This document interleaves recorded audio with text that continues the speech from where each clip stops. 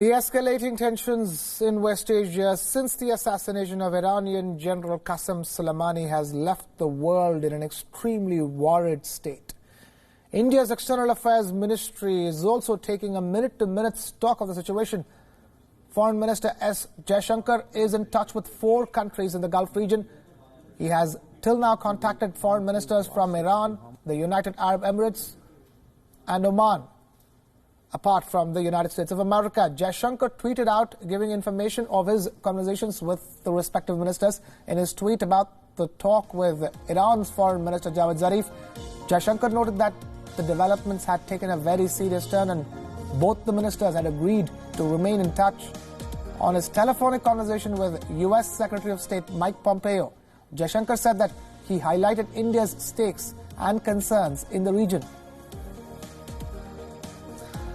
Our principal diplomatic correspondent Siddhant Sibal now joins us on the phone line for more details on the front. Siddhant, talk to us. What are you picking about this outreach by India's External Affairs Minister?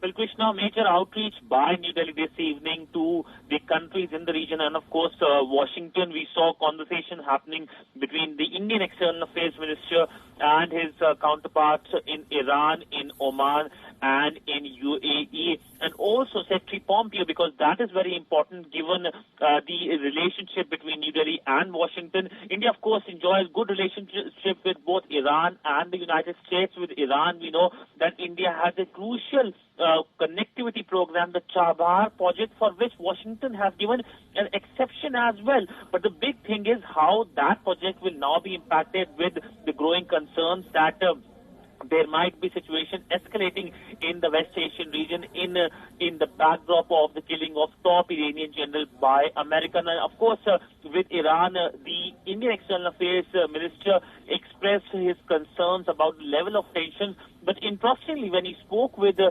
Secretary of State, Secretary Pompeo, he highlighted India's stake in the region. Remember, India has an important stake in the entire Gulf region. A lot of Indians are present here, working there. In fact, the maximum number of Indians present across the world is in one region, that is the Gulf, particularly that is the UAE. But of course, right now the tensions in Iran and Iraq is a worrisome factor. And of course, we saw when the last Gulf War happened in 1990s, India was able to bring back a lot of its citizens from that part of the world, especially Iraq and of course Kuwait.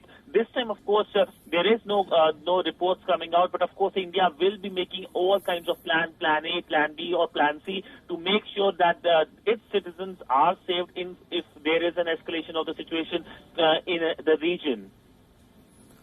Siddhant Sibal, our principal diplomatic correspondent, joining us on the phone line. Siddhant, I also wanted to ask you one quick question. Talk to us in terms of what can be expected from the Indian establishment over the next 24 hours, since this situation is changing by the minute.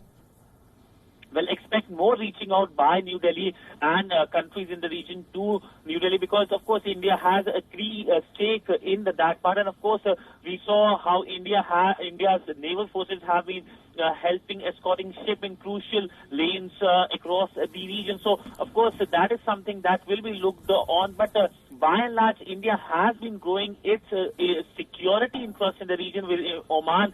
Especially, remember, the Indian External Affairs Minister's last foreign visit in 2019 was to that part of the world. He visited Iran and he visited Oman, and of course Iran, during his conversation with his counterpart, Mr. Zarif, he of course talked about the Chabahar project. So that remains the crucial thing. But by and large, the next 24 hours or next 1 week will be very crucial, and do expect the Indian External Affairs Minister to speak on that issue on 2 important occasions in New Delhi, because he's going to speak at an event tomorrow as well as on 9th of this month. Siddhant Sibal, our principal diplomatic correspondent, joining us with those latest updates. Thank you, Siddhant.